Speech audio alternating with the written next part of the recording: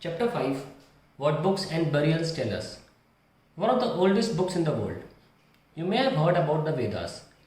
There are four of them: the Rig Veda, Samved, Yajurved, and Atharvaved. The oldest Veda is the Rig Veda, composed about 3500 years ago. The Rig Veda includes more than 1,000 hymns called Sukta or well said. These hymns are in praise of various gods and goddesses. Three gods are especially important: Agni, the god of fire; Indra, a warrior god; and Som, a plant from which a special drink was prepared. These hymns were composed by sages known as rishis. Priests taught students to recite and memorize each syllable, word, and sentence bit by bit with great care. Most of the hymns were composed, taught, and learnt by men. A few were composed by women. The Rig Veda is in Old or Vedic Sanskrit, which is different from Sanskrit you learn in schools these days. Sanskrit and other languages. Sanskrit is a part of family of languages known as Indo-European. Some Indian languages such as Assamese, Gujarati, Hindi, Kashmiri, and Sindhi. Asian languages such as Persian and many European languages such as English, French, German, Greek, Italian, and Spanish belong to this family. They are called a family because they originally had words in common. Take the examples of Matra, Sanskrit, Ma in Hindi, and Mother in English. Other languages used in the subcontinent belong to different families. For instance, those used in Northeast belong to the Tibeto-Burman family. Tamil, Telugu, Kannada, and Malayalam belong to the Dravidian family, and the languages spoken in Jharkhand and parts of Central Asia belong to the Austro-Asiatic family. The books we use are written in and printed. The Rig Veda was recited and heard rather than read.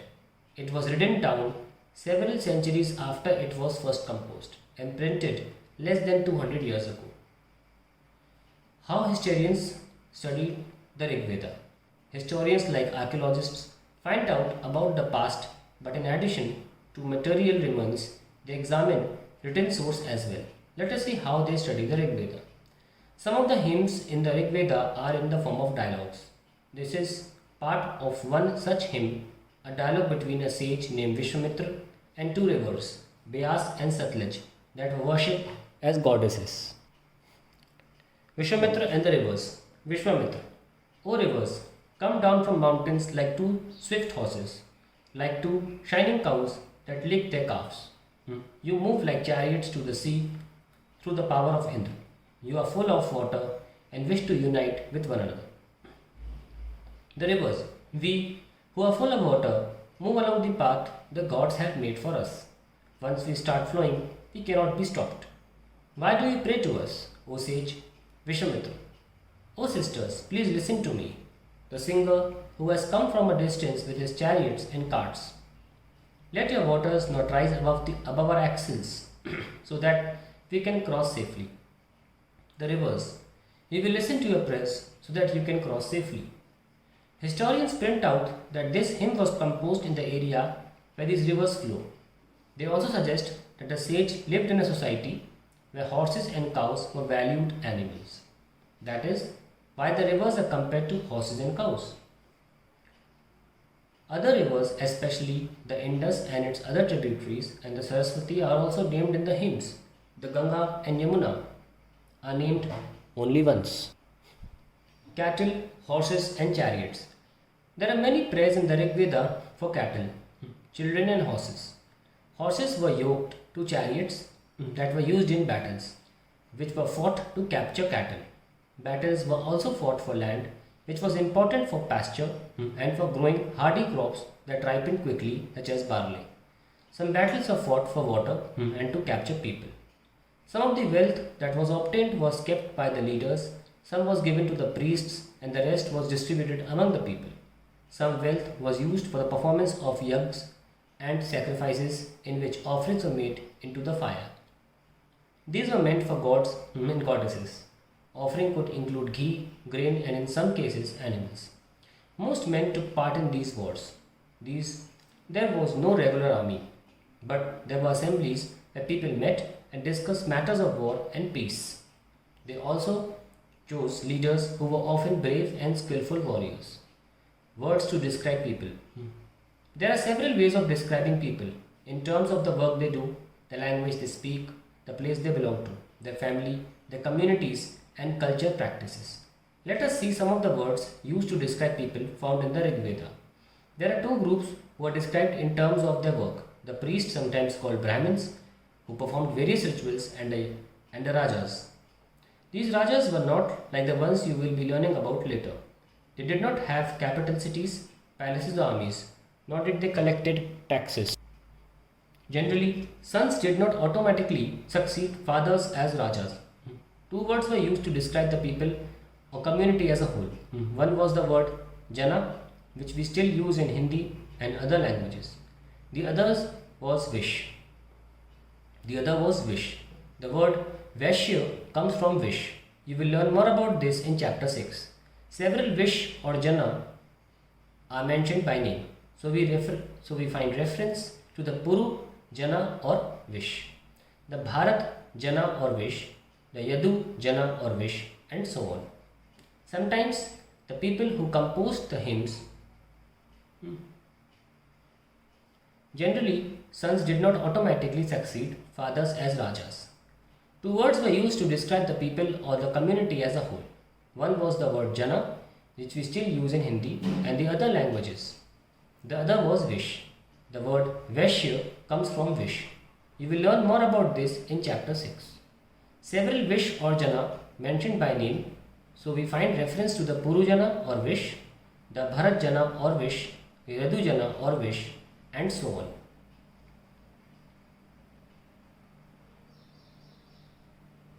Generally, sons did not automatically succeed fathers as Rajas. Two words were used to describe the people or the community as a whole.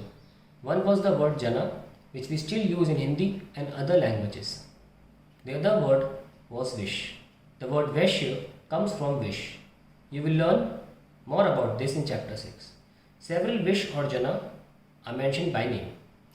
So we find reference to the Puru Jana or Vish, the Bharat Jana or Vish, the Yadu Jana or Vish, and so on.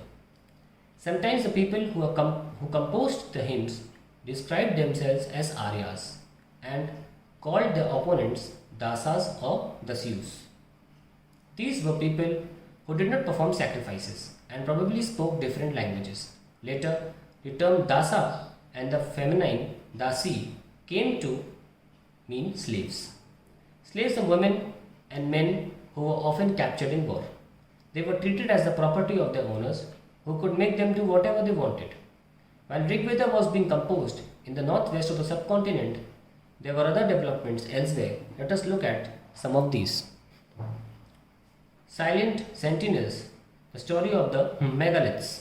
Look at the illustration on the next page.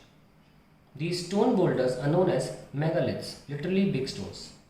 These were carefully arranged by people and were used to mark burial sites. The practice of erecting megaliths began about 3000 years ago and was prevalent throughout the Deccan, South India, in the northeast, and Kashmir. Some important megalith sites are shown in map 2, page 14, while some megaliths can be seen on the surface. Other megalithic burials are often underground. Sometimes archaeologists find a circle of stone boulders or a single large stone standing on the ground. These are only indications that there are burials beneath. All these burials have common features. Generally, the dead were buried with distinctive pots, which are called black and red ware. Also found are tools and weapons of iron and sometimes skeletons of horses, horse equipment, and ornaments of stone and gold. Finding out about social differences. Archaeologists think that objects found with a skeleton probably belong to the dead person. Sometimes more objects are found in one grave than in the other. Find Brahmagiri on map 2, page 14. Here one skeleton was buried with 33 gold beads, 2 stone beads, 4 copper bangles, and 1 conch shell. Other skeletons have only a few pots.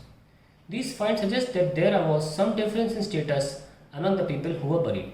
Some were rich, others were poor, some chiefs, others followers. Were some burial spots meant for certain families?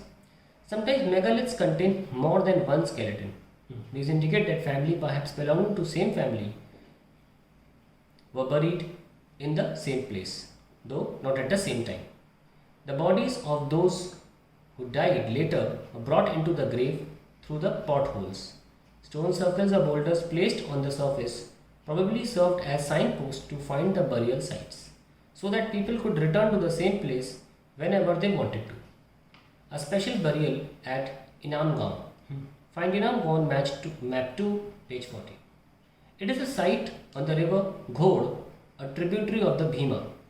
It was occupied between 3600 and 2700 years ago. Here, adults were generally buried in the ground, laid out straight with head towards the north. Sometimes burials were within the houses. Vessels that probably contained food and water were placed with the dead.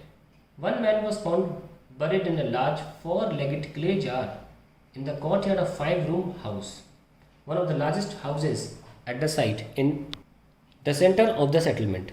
This house also had a granary. The body was placed in a cross-legged position. What skeletal study tell us? It is easy to make out the skeleton of a child from its size. However, there are no major differences in the bones of a girl and a boy. Can we make out whether a skeleton was that of a man or a woman? Sometimes people decide on the basis of what is found with the skeleton. For instance, if a skeleton is found with jewelry, it is sometimes thought to be that of a woman. However, there are problems with this. Often, men also wore ornaments. A better way of figuring out the sex of a skeleton is to look at the bone structure. The hip or the pelvic area of a woman is generally larger to enable childbearing. These distinctions are based on modern skeletal studies. About 2000 years ago, there was a famous physician named Charak who wrote a book on medicine known as Charak Samhita. There he states that human bodies has 360 bones. This is much larger number than the 200 bones that are recognized in modern anatomy. Charak arrived at this figure by counting the teeth, joints and cartilage. Occupation at Imam Gaon. Archaeologists have found seeds of wheat, barley, rice, pulses, millets, peas and sesame. Bones of a number of animals, many bearing cut marks that show they may have been used as food, have also been found. These include cattle, buffalo, goat, sheep, dog, horse, ass, pig, sambhar, spotted deer, black buck, antelope, hare and mongoose, besides birds, crocodile, turtle, crab and fish. There is evidence that fruits such as bear, amla, jamun, dates and a variety of berries were collected.